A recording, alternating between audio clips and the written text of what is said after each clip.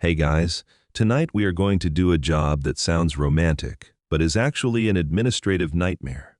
We aren't going to storm a castle or discover a new continent.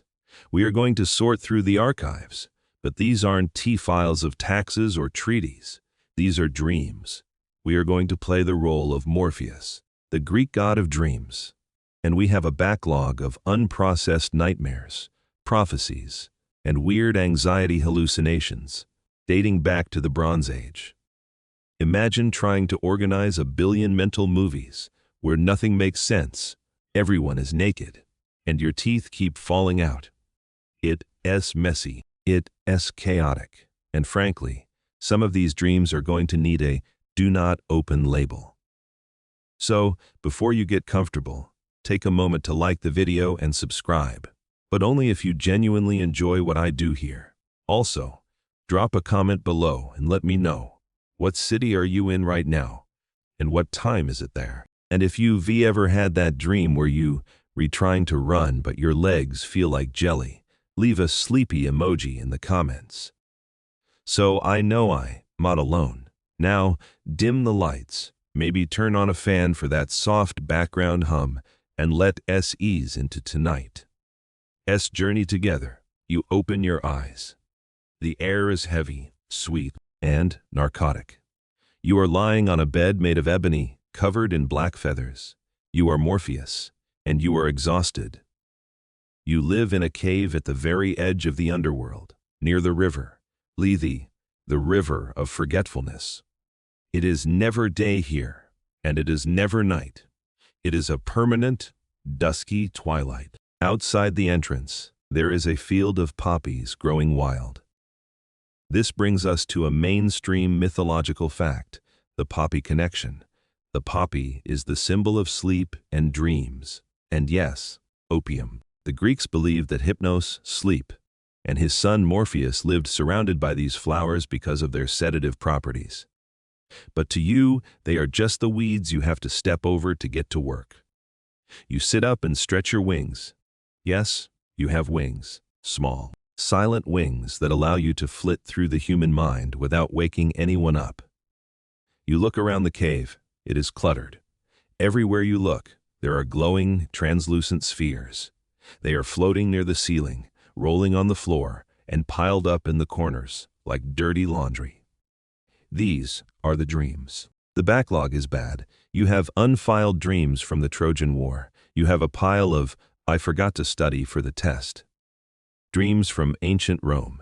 You even have a few "I am falling" dreams from Neanderthals. You sigh. Your job is to sort them. You pick up a sphere near your foot. It feels warm. Inside, you see a blur of images, a chariot race, a broken wheel, a screaming crowd. This belongs in the anxiety section, or maybe the prophecy section. You see, the Greeks believed dreams came from the gods. But you know the truth. Most of them just come from eating too much cheese before bed. This leads to a niche, etymological detail, the name Morpheus. Your name comes from the Greek word morphe, meaning shape or form. Your job is just to watch the dreams. It is to shape them. You are the special effects artist of the subconscious. You take the raw chaotic energy of the human brain and mold it into a narrative, a scary monster, a beautiful lover, or a confusing message from Zeus. But right now, you aren't shaping. You are filing. You walk over to the massive sorting table, carved from obsidian. You grab a handful of dream spheres. One feels cold. It's a nightmare. One feels light and airy. It's a flying dream. One feels heavy and sticky. That's a fever dream. You have to clear this cave before Apollo. The Sunday rises and wakes up the world, because when the world wakes up, they forget. And if you don't file these dreams away, they will dissolve into the river, Lethe, and be lost forever. You are the librarian of the human soul, and the library is a mess. You are standing at the main sorting station of the dream cave. In front of you are 2 massive gates. They are the only way out for a dream to reach the waking world. To your left is the Gate of Horn. It is made of polished, translucent horn. To your right is the gate of ivory. It is made of gleaming, white elephant tusk. This brings us to a mainstream literary fact, the two gates. This concept comes straight from Homer's Odyssey, and later Virgil's Aeneid. The gate of horn is for true dreams. These are the prophecies that come true, the divine warnings, the profound realizations. The gate of ivory is for false dreams. These are the delusions, the wish fulfillment fantasies, and the random nonsense caused by indigestion. Your job is to be the customs officer. You have to decide which gate gets which dream. And it is harder than it looks. You pick up a dream sphere. Inside, you see a Roman senator standing in the forum. He is giving a speech. Suddenly, he looks down and realizes he is not wearing his toga. He is naked. The crowd laughs.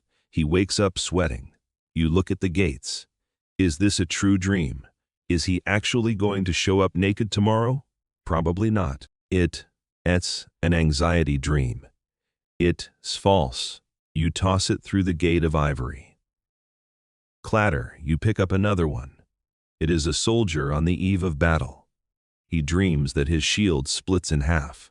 Is this a prophecy or just fear? This leads to an academic controversy. The self-fulfilling prophecy loop. Historians and psychologists argue about this constantly. Did the ancients believe dreams predicted the future, or did the dream cause the future? If the soldier dreams his shield breaks, he wakes up terrified. He fights poorly. His shield breaks. Was the dream true, horn, or was it a fear that made itself true, ivory? You hesitate. You check the soldier's file. He's superstitious. You toss it through the gate of horn. Let him think it's fate. You grab a third sphere. This one is weird. It's a man dreaming that he is eating a delicious, giant fig. He wakes up and finds he has bitten his pillow. Definitely ivory. The work is tedious. But then you find something heavy. A clay tablet, not a sphere. It is a dream from Mesopotamia. It is old. It smells of river mud and cedar. You read the cuneiform etched into the dream stuff. It is from a king named Gilgamesh. He is dreaming about a meteor that falls from the sky and lands at his feet. He cannot lift it. This is serious. This is a big mythology. Dream. You can just toss this one. You have to archive it. You walk past the gates to the VIP section of the cave. This is where you keep the dreams that changed history. The dreams of pharaohs, prophets, and kings. You place Gilgamesh's meteor dream on a shelf, next to a dream about 7 fat cows and 7 skinny cows. Joseph's dream. You wipe your hands. The dust from the ancient dreams is sticky. You look back at the pile. It hasn't gone down, and you hear a rumbling sound. It's not a dream. It's a complaint. Someone is unhappy with their dream, and that someone is a sphinx. You realize you have a customer service issue. A pharaoh is dreaming that the sphinx is talking to him, and the sphinx is complaining about sand. You have to deal with this immediately, because if you don't, the pharaoh might just dig up the entire desert. You leave the cool, damp section of the Mesopotamian clay tablets and walk into the Egypt aisle of the archive. Immediately, the temperature rises. The air here is dry and dusty. You can feel the heat radiating off the dream spheres stacked here, and there is sand everywhere. It crunches under your sandals and gets into your feathers. You locate the source of the disturbance.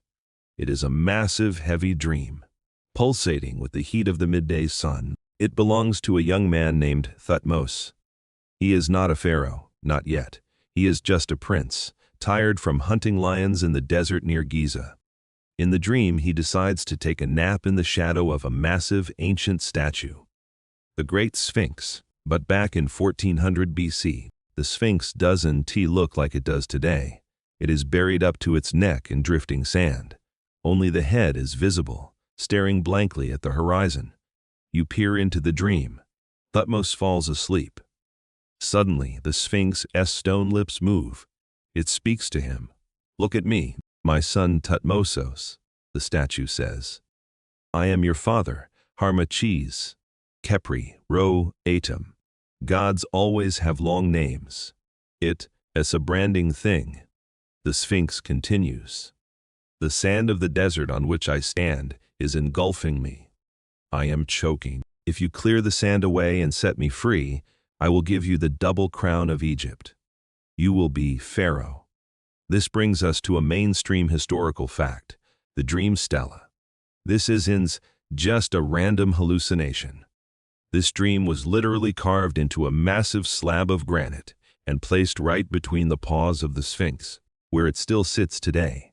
It is one of the first recorded instances of a quid pro quo business deal between a human and a god. "You vacuum my house, I give you an empire." But as you hold this dream, it feels heavy. It feels calculated. You look at Thutmose's sleeping face in the dream. He look surprised. He looks determined. This leads to a massive academic controversy, the divine alibi theory. Historians suspect that Thutmose IV was not the rightful heir to the throne. He likely had older brothers who were ahead of him in line. So, how do you jump the queue without looking like a usurper? Camp of the Believers says, maybe he really had the dream. The Sphinx was a holy place. People went there to sleep and seek answers, a practice called incubation. Camp B, the Cynics, argues, this dream was a brilliant piece of political propaganda. Thutmose likely killed or exiled his brothers, seized power, and then commissioned this dream stele to retroactively justify his coup. He didn't clear the sand because the Sphinx asked him to. He cleared the sand to erect a billboard saying, "The Sphinx voted for me." You look at the dream sphere. Is it a true dream horn? Did the god actually speak, or is it a false dream ivory? A lie fabricated by ambitious prince. It's tricky. The prophecy did come true. He became Pharaoh. He cleared the sand. But the origin of the dream feels manufactured. It feels like a press release. This leads to a niche archaeological detail, the painted Sphinx in the dream. The Sphinx is the beige, eroded rock we know. Thutmose sees it as it was back then, or as he imagined it. It is painted. The face is a vibrant reddish ochre. The Nima's headdress is striped yellow and blue. There might even be a beard, which later fell off and is now partly in the British Museum. The dream is in Technicolor. It is gaudy. It is magnificent. It reminds you that the ancient world was indeed a world of white marble and beige stone. It was a world of neon paint and glaring sun. You decide to file this dream under political fiction. It goes near the ivory gate, but you tag it with a note. Effective. Thutmose got what he wanted. The Sphinx got a makeover. Everyone won, except maybe Thutmose's brothers. You shove the heavy, sandy dream onto a shelf. You brush the dust off your robe. Enough politics, you mutter. I need something more medical. You walk deeper into the cave. The air gets humid again. You hear a hissing sound. SSS, you look down. The floor is covered in snakes. Well, dream snakes? You have arrived in the section dedicated to Asclepius, the god of medicine. Thousands of sick people are sleeping on the floors of temples, hoping for a cure. And their dreams are weird. They aren't dreaming of doctors. They are dreaming of dogs, licking their wounds and giant snakes slithering into their beds. You pick up a sphere that is slimy to the touch. It is time to sort the healing dreams. And you are going to find out that ancient healthcare involved a lot less, take 2 aspirin, and a lot more, let the holy reptile crawl on your face. You leave the dry, sandy heat of the Egypt section and step into a corridor that smells pungent, medicinal, and slightly animalistic. It smells like crushed herbs, burnt hair, and reptiles. You are standing in the Asclepian archive. This is the section dedicated to medical dreams in the ancient world. If you had a chronic illness, blindness, a limp, a persistent stomachache, you didn't just go to a doctor. You went to a temple. You checked yourself in for a procedure called incubation enkoimesis. You bathed, you fasted, you offered a sacrifice, and then you laid down to sleep on the floor of a sacred hall called the abaton. The goal to have the god Asclepius visit you in your sleep and either cure you instantly or write you a prescription. You pick up a dream sphere from a shelf labeled Epidaurus, the most famous healing center. It feels slick and cool, like a river stone. You peer inside. It is the dream of a man named Cleo. He has been deaf in one ear for 5 years. In the dream, a tall man with a beard. The god approaches him. But then, the man vanishes, and in his place is a large yellow-green snake. The snake slithers up Cleo's neck. It flicks its tongue, and then the snake licks the ear. Cleo wakes up in the dream, and in reality terrified. But he can hear. This brings us to a mainstream historical fact. The sacred snakes, the symbol of medicine today, the staff with the snake wrapped around it, the rod of Asclepius, isn't just a metaphor. It is literal. The temples of Asclepius were populated by real, live snakes. These were Aesculapian snakes, Zamunus longissimus. They are non-venomous, rat-eating constrictors that are surprisingly docile. The priests bred them.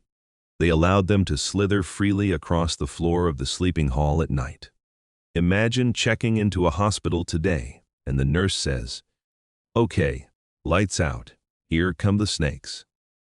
But to the ancients, the snake was the symbol of regeneration, shedding skin. To be touched by the snake was to be touched by the god. You shudder slightly. Even as a god of dreams, you aren't a fan of snakes crawling on your face. You look at another dream nearby. This one involves a sacred dog. A blind boy dreams a dog comes and licks his eyes. He wakes up seeing. The licking was a standard medical procedure in the dream world. But this leads to a massive academic controversy: the divine surgery debate.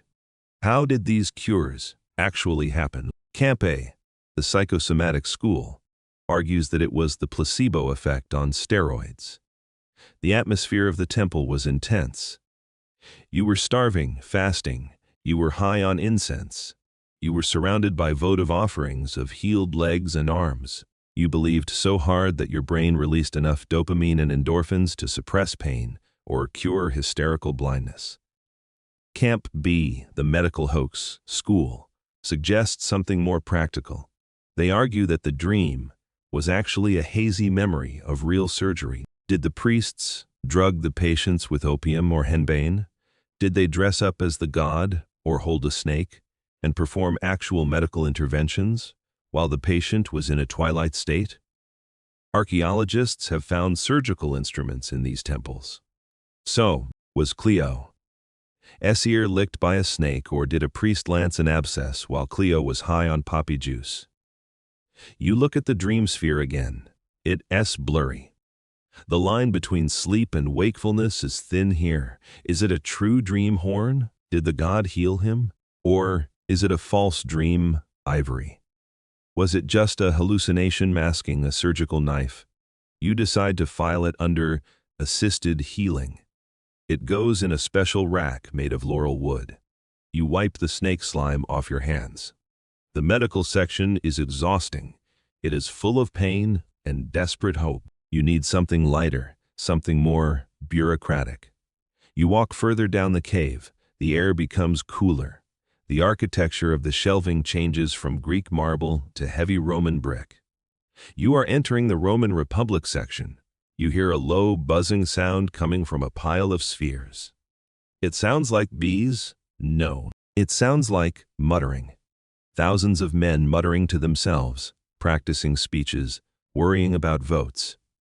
You pick up a sphere. It is gray and frantic. It belongs to a senator named Cicero. He is standing in the middle of the Roman Forum. He opens his mouth to deliver the greatest oration of his life, a speech that will save the Republic. But when he looks down, he is wearing a tunic. Just a tunic. He has forgotten his toga. You smile. The anxiety dream. The naked in public dream. The teeth falling out. Dream. It is the universal heritage of humanity. You are about to dive into the neurosis of Rome. And you are going to find out that even the most powerful men in history were terrified of looking stupid in front of their colleagues. You are standing in the Roman Anxiety Archive. This section of the cave is massive, chaotic, and smells faintly of nervous sweat and old wool. The dream spheres here aren't glowing with divine light or mystical prophecy. They are flickering with a frantic, staccato energy. They are the nightmares of the overworked, the ambitious, and the socially insecure. You pick up the sphere labeled Cicero. Inside, the great orator is standing on the rostra. He raises his hand to denounce Catiline. The crowd leans in, but instead of a thunderous accusation, a squeak comes out, and then he realizes he is barefoot. Then he realizes he is naked, except for a short tunic. The crowd laughs. His rival, Clodius, points and jeers. Cicero wakes up screaming in his villa. This brings us to a mainstream historical fact: the toga terror. We think of the toga as a bedsheet. But to a Roman, the toga was a uniform of burden. It was huge, 18 feet long, heavy, and impossible to put on by yourself. You needed a slave to drape it perfectly. The folds, sinus and umbo, had to be arranged just so. If your toga slipped, you looked like a slob. If you wore it wrong, you looked like a provincial bumpkin. If you weren't wearing it at all, you were a slave or a non-citizen. The naked dream for a Roman was just about nudity. It was about loss of status. It was the fear of being stripped of citizenship. It was a political nightmare. You toss Cicero's dream into the performance anxiety bin. It is overflowing. You pick up another one. A wealthy merchant dreams he is running, but his feet are stuck in mud. He is late for a meeting. You pick up another. A woman dreams her teeth are crumbling and falling out of her mouth like gravel. This leads to a niche, interpretive detail: the tooth fallacy. Why do people dream about teeth falling out? Modern psychologists say it's about powerlessness or vanity. But you, Morpheus, consult the ancient manual on your desk, the Vunera Critica by Artemidorus Daldianus. This is the Freud of the 2nd century AD. He wrote the definitive guide to dream interpretation. According to Artemidorus, losing teeth isn't about vanity.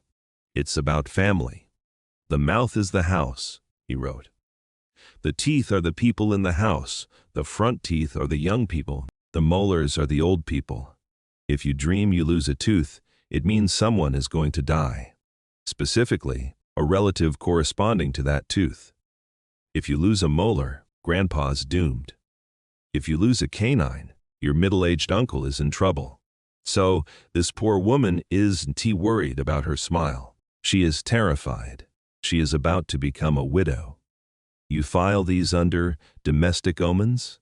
It is exhausting work. The Romans worried about everything. They worried about their slaves revolting. They worried about the grain supply. They worried about the emperor's mood. The air in this section is thick with the cortisol of an entire empire. But then you see a dream that stands out. It isn't gray and anxious. It is bright, golden, and terrifyingly confident. It is vibrating on the shelf. It belongs to a young man named Alexander. Yes, that Alexander, the Great. You walk over. The sphere is hot to the touch. Inside you see a city island. Tyre, Alexander is besieging it. He has been stuck there for months. He is frustrated. He is about to give up. But in the dream, a satyr, a goat man, appears. The satyr dances on his shield. Alexander chases him. He catches the satyr. Alexander wakes up. He calls his soothsayer Aristander. I dreamed of a satyr, Alexander says. Is it a bad omen? Aristander smiles. He is a master of wordplay. No, king, it is a pun. In Greek, satyr is satyros. If you split the word satyros, Tyre is yours. Alexander takes this as a divine guarantee. He attacks. He builds a causeway. He slaughters the city. He wins. This brings us to a massive academic controversy. The propaganda of the dream. Did Alexander really dream of a satyr, or did Aristander make it up after the victory to make Alexander look like a genius? Camp A, the believers. Alexander was deeply religious.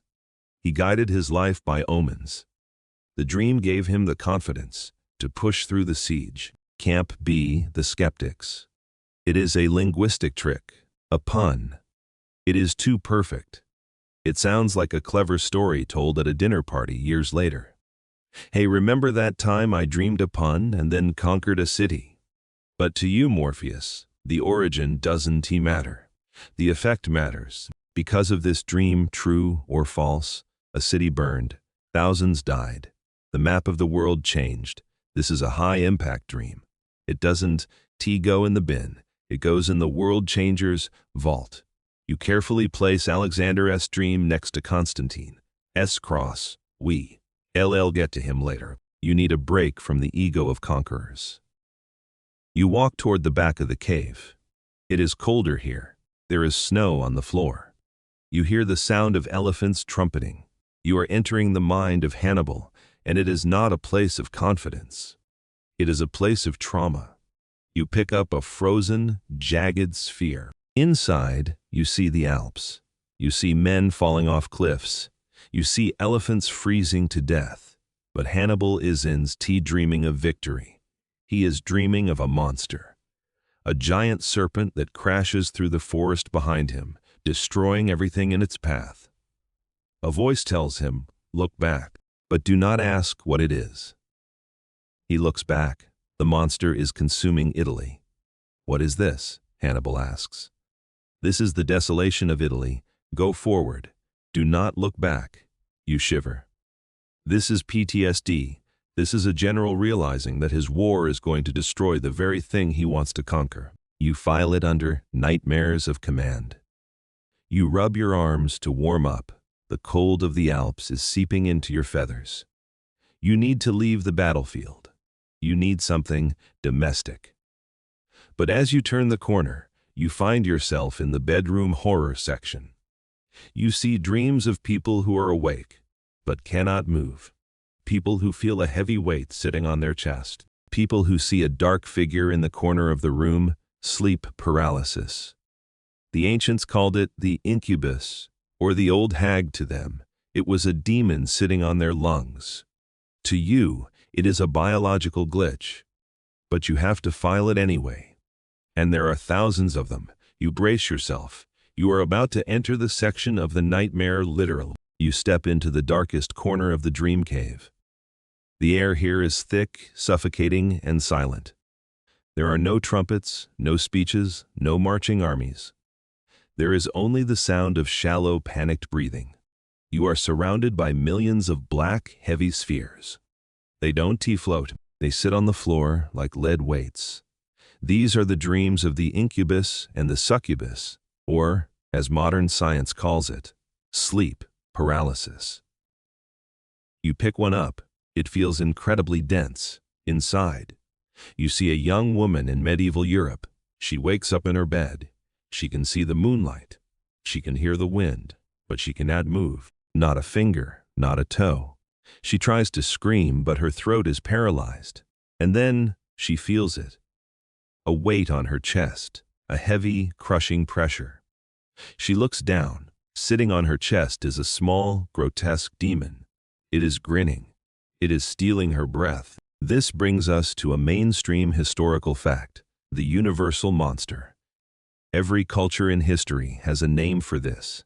In Newfoundland, it is the old hag. In Japan, it is Kanashibari, bound by metal. In Turkey, it is the Karabasan, the dark presser. In ancient Mesopotamia, it was the demoness Lilitu. Why is it universal? Because it is biological. It happens when your brain wakes up from REM sleep, but your body forgets to turn off the muscle atonia, the paralysis that keeps you from acting out your dreams. You are awake, but your body is still asleep. Your brain, panicked by the paralysis, hallucinates a cause. It invents a monster to explain why you can move. You look at the demon in the sphere. It is ins, real. It is a projection of her own brain. But to her, it is the devil. You file this under false biological glitch, but you handle it gently. The fear is real. You pick up another sphere. This one is from a monk in a monastery. He is also paralyzed, but he doesn't see a demon. He sees a succubus, a beautiful, seductive woman. She sits on him. He wakes up terrified. He runs to confession. "I have sinned," he cries. "The devil tempted me." This leads to a niche theological nightmare, the paternity of demons. In the Middle Ages, this wasn't just a bad dream. It was a legal issue. Theologians like Thomas Aquinas argued that demons could collect sperm from men as succubi, and then impregnate women as incubi. If a woman gave birth to a deformed child, she could be accused of sleeping with a demon in her sleep. The wet dream, nocturnal emission, was criminalized. You look at the monk's dream. It's just biology, but the consequences were burnings at the stake. You file it under dangerous biology. You leave the paralysis section. It is too heavy. You need something lighter, something hopeful. You walk toward the Roman Empire section again. It is the year 312 AD. You see a massive, glowing sphere. It radiates a strange, calm light. It belongs to Constantine. He is an emperor fighting a civil war. He is outnumbered. He is camped near the Milvian Bridge. He falls asleep. In the dream, or maybe a vision while awake, sources vary. He looks up at the sun. He sees a cross of light above it, and he hears the words, "In hoc signo vinces." In this sign, you will conquer. This is the dream that changed the world. Constantine wakes up. He orders his soldiers to paint the chi, rho, a Christian symbol, on their shields. He wins the battle. He converts to Christianity. The Roman Empire becomes Christian. Europe becomes Christian. The history of the West pivots on a single REM cycle. This brings us to a massive academic controversy, the political conversion debate. Did he really have the dream? Camp the Eusebius school, says yes. Constantine swore an oath that he saw it. It was a genuine divine intervention. Camp B, the pragmatists, argues that Constantine was a savvy politician. Christianity was growing. It was a unifying force. The old pagan gods were failing. By claiming a divine vision, he consolidated his power over the Christians and the pagans. Since the vision involved the Sunday, a pagan symbol, was the dream a miracle? Or was it a marketing campaign? You look at the sphere. It is bright. It is confident. But is it true? Does it belong in the gate of horn or the gate of ivory? If it was a lie, but it came true, he conquered. Does that make it a true dream? You decide to place it on a special pedestal. The self-fulfilling miracle. You walk away from the emperor. You find yourself in a quieter section. The Middle Ages here, the dreams are different. They aren't about conquering. They are about food. You pick up a sphere from a starving peasant. He dreams of a giant turnip. You pick up another from a monk during Lent. He dreams of a wheel of cheese rolling down a hill. He chases it. He catches it. He eats it. He wakes up guilty. This leads to a niche, dietary reality, the hunger dream. For most of history, humans were hungry. Really hungry. Their dreams reflect this. They don't dream of flying or monsters. They dream of calories. But for the monk, dreaming of food during a fast was a sin. It meant his spirit was weak. It meant his belly was his god. You see him in the dream whipping himself for enjoying the imaginary cheese. You shake your head. It is just cheese, brother. You whisper. You file it under metabolic hallucinations. The cave is getting brighter. The twilight is shifting. Apollo's chariot is getting closer to the horizon. You have to hurry. You have one last pile to sort. The most common dream in human history, the one that everyone, from the caveman to the astronaut, has experienced, the falling dream. You see a mountain of spheres where people are jerking awake. You are about to categorize the hypnic jerk, and you are going to learn that this isn't a dream at all. It is a primate memory of falling out of a tree. You step away from the shelves of emperors and saints. You are done with the great men of history for a moment. You walk toward the center of the cave, to a massive, chaotic pit that looks like a ball pit at a children's play center. But instead of colorful plastic balls, it is filled with billions of small, flickering, gray spheres. This is the universal section. These are the dreams that every single human being, from the Neolithic hunter to the modern accountant, has experienced. And the vast majority of them are the same dream. The fall. You pick one up. Inside, a man is walking down a street. Everything is normal. Suddenly, he trips over a curb. The sensation of falling is visceral. His stomach drops. The wind rushes past his ears. And then, jerk. His physical body, sleeping in a bed in ancient Athens, spasms violently. His leg kicks out. He wakes up, heart pounding, gasping for air. This brings us to a mainstream scientific fact, the hypnic jerk. Scientists call this a hypnagogic jerk or sleep start. It is an involuntary muscle spasm that occurs during the transition between wakefulness and sleep, the hypnagogic state. It happens when your brain is trying to hand over control from the reticular activating system, which keeps you awake, to the ventrolateral preoptic nucleus, which puts you to sleep. Sometimes, there is a miscommunication. The motor nerves fire one last time. The brain interprets this random electrical signal as a physical event, I am falling. And it screams at the muscles, brace for impact. To you, Morpheus, this is a nuisance. These dreams are short. They are fragments. They don't have a plot. They are just a setup and a punchline. Walk. Trip. Jerk. Wake. You have to sweep them into the discard pile. They aren't prophetic. They aren't psychological.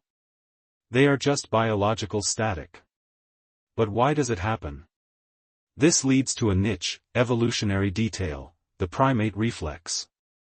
You pick up a dream from a hairy, early human sleeping in a tree. He starts to drift off. His grip on the branch loosens. Jerk. He grabs the branch tight. He wakes up. He survives. Evolutionary biologists suggest that the hypnic jerk is a ghost code left over from when our ancestors lived in the canopy.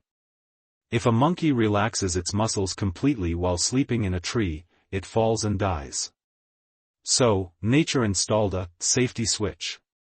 If the brain senses the muscles relaxing too fast, falling asleep, it interprets it as falling through the air and shocks the body awake to grab the nearest branch. You are sorting the memories of millions of monkeys trying not to fall out of bed. But not everyone agrees on this. This brings us to an academic controversy, the stress versus evolution debate.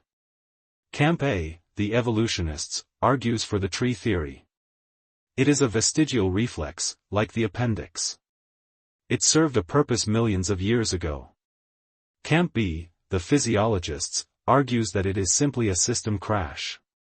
They claim that when you are tired, anxious, or have had too much caffeine, or Roman wine, your brain shuts down the motor cortex before it shuts down the sensory cortex.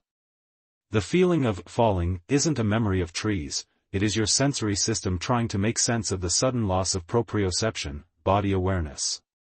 You feel like you are floating or falling because your brain has lost contact with your legs.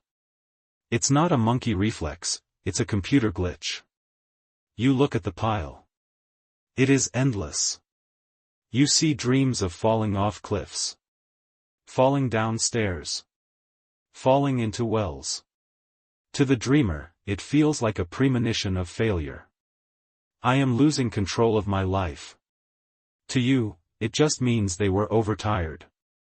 You toss them into the ivory gate bin. Clatter. Clatter. But amidst the endless twitching, you find a subgenre of falling dreams that is much darker. You pick up a sphere that feels heavy and cold. It is a dream of flying. But not the happy, Superman kind of flying. This is the Icarus kind. The dreamer is soaring high. The sun is warm. But then, the wax melts. The feathers detach. The flight turns into a plummet. This brings us to the mythological archive. You realize that humans have been obsessed with the idea of hubris, flying too high and falling, since the beginning of time. You see the dream of Bellerophon, who tried to fly Pegasus to Olympus. Zeus sent a gadfly to sting the horse. Bellerophon fell. You see the dream of Etna, the Sumerian king who flew on an eagle to heaven.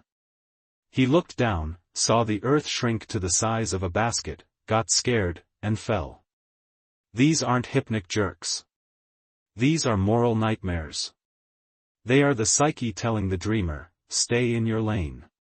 Don't try to be a god. You file these carefully.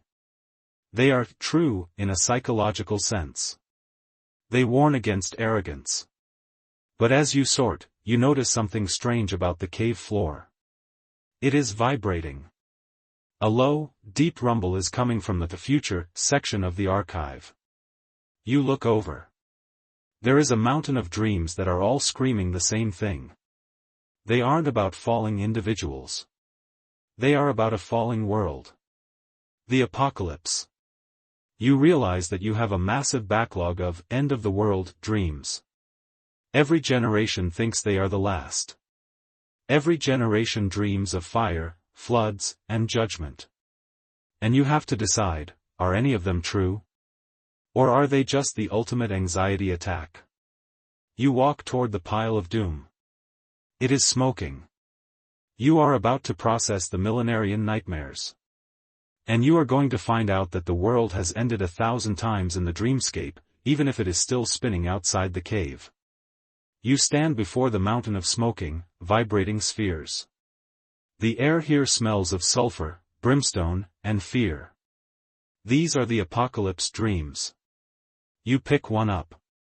It burns your hand.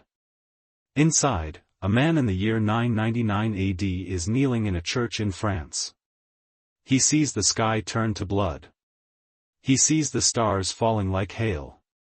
He sees the beast rising from the sea. He wakes up screaming, convinced that tomorrow, January 1st 1000 AD, is the end.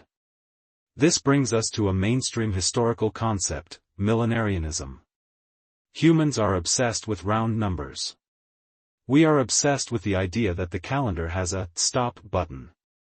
In the Christian world, the year 1000 was terrifying.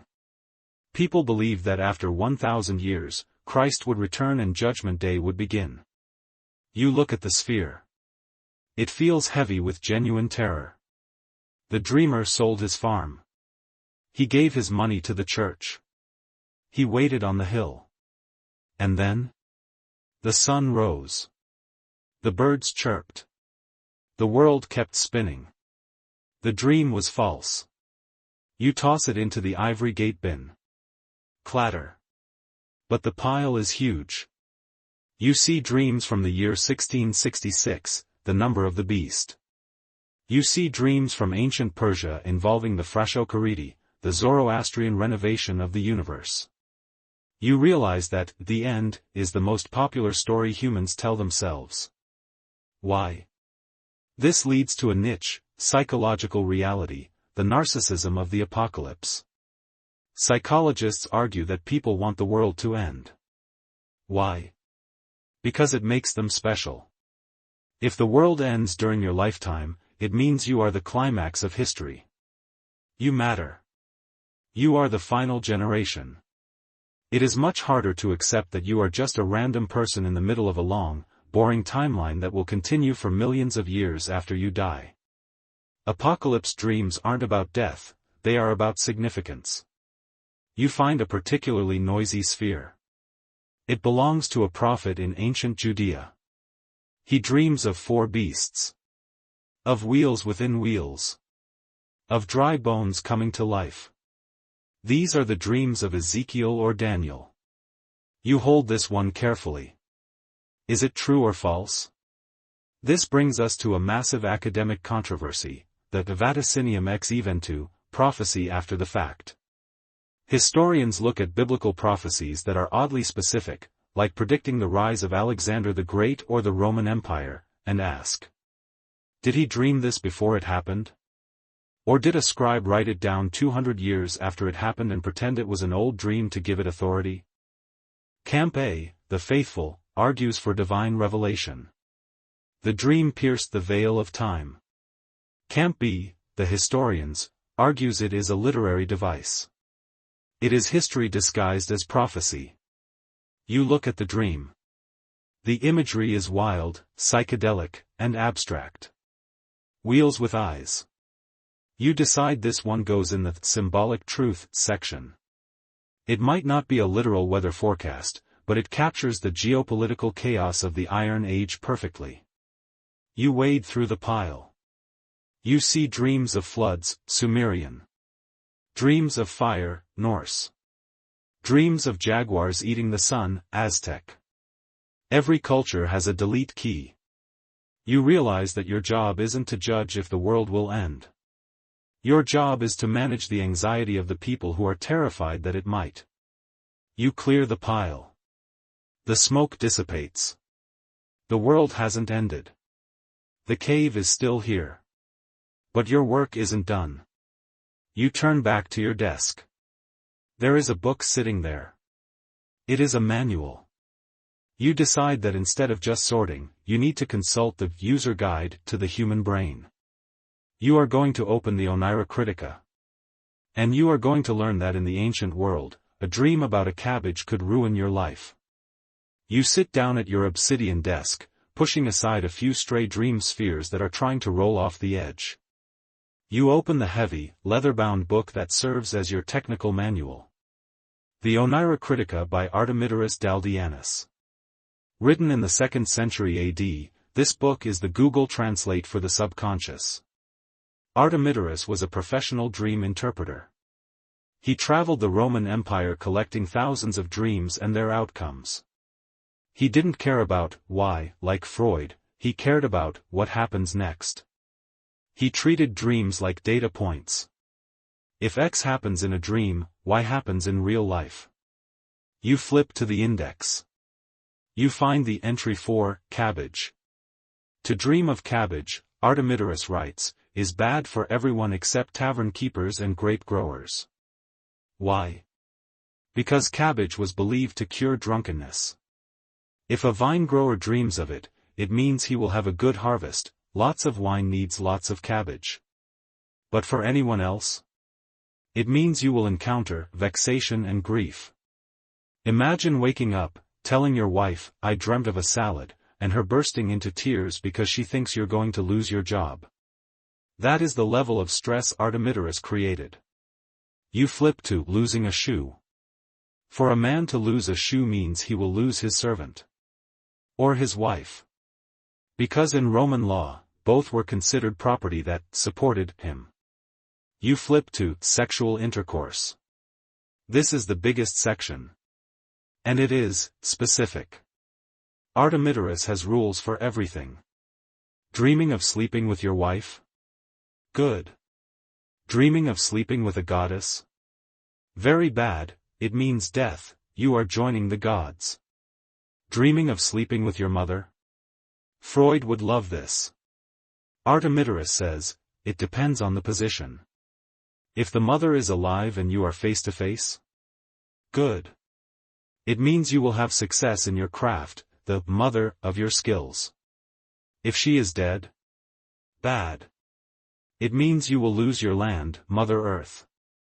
It is a cold, calculated logic that turns the most intimate taboos into stock market predictions. This brings us to a massive academic controversy, the context problem. Artemidorus emphasizes that you cannot interpret a dream without knowing the dreamer. A dream of eating dung is bad for a rich man, shame. But it is good for a poor man, he will clear away the filth of his poverty. Camp A, the Universalists/Jungians, argues that dream symbols are universal archetypes. A snake is always a phallus or a danger. Camp B, the Historicists, loves Artemidorus because he proves that symbols are cultural. In Rome, dreaming of a gladiator meant you would have a lawsuit, because court is a fight. Today? It might just mean you watched a movie. The meaning of the dream is locked in the time period. You realize that your job as Morpheus is getting harder. You have to update the manual every century. A chariot dream in 500 BC is a Ferrari dream in 1980. The symbol changes, the ego remains. You close the book. It is useful, but it is exhausting. You look at the pile of weird dreams. These aren't in the manual. A man dreams he is a pot of yogurt. A woman dreams she gives birth to a lion made of gold. These are the surrealist dreams. You decide to dump them in the creative inspiration bin. Maybe one of them will inspire a painter or a poet. The cave is getting brighter. The sun god Helios, or Apollo, is harnessing his horses. The twilight zone is ending. You have to finish the filing. But there is one last category. The most dangerous one. The divine message. The dream where a god actually shows up and gives an order. You have a sphere here labeled Agamemnon. It is from the Trojan War. Zeus sends a false dream, Oneiros, to Agamemnon, telling him to attack Troy now, promising victory. But it is a lie. Zeus wants Agamemnon to fail, to punish him. This is a state-sanctioned lie. A false dream sent through the gate of horn? Or a true dream sent through the gate of ivory? It breaks the rules. It is entrapment. You hold the Agamemnon sphere. It feels slippery. You realize that sometimes, the gods are the ones who mess up the filing system. They use dreams as weapons. You sigh. Not my department, you mutter. You shove it onto the divine interference shelf. Let Zeus deal with the paperwork. You look at the exit of the cave. The poppies are glowing in the first light of dawn. The shift is almost over. But before you can clock out, you have to deal with the wake-up call. You have to send the Phobder and the Phantasos. Your brothers. The nightmares and the illusions. They are waiting by the door, hungry for one last scare before the sun burns them away. You stand at the threshold of the dream cave. The air outside is turning from the deep indigo of night to the bruised purple of pre-dawn. The poppies are beginning to unclench their petals, sensing the approaching sun. Waiting for you are your brothers. The Oneiroi. You are Morpheus, the Shaper. You handle the humans. But standing to your left is Phobder, the Frightener, also known as Icelos. He handles the animals and the monsters. He looks like a shifting shadow, sometimes a wolf, sometimes a serpent, sometimes a dark puddle. To your right is Phantasos, the illusionist. He handles the inanimate objects. He appears as a tree, a stone, or a stream of water. He is the master of the uncanny valley, the dream where a door handle turns into a hand. They are waking up, Phobder hisses. Let me give them one last scare. This brings us to a mainstream psychological fact, the hypnopompic state. This is the mirror image of the hypnagogic jerk we discussed earlier. It is the state of consciousness leading out of sleep. It is a fragile, hallucinatory zone. This is when you hear your name called. This is when you see a spider lowering itself from the ceiling, only to wake up and realize it was a shadow. Phobder loves this time. He loves to inject a final image of a bear or a fire just as the conscious mind reboots. No, you say. Let them wake gently. The world is scary enough.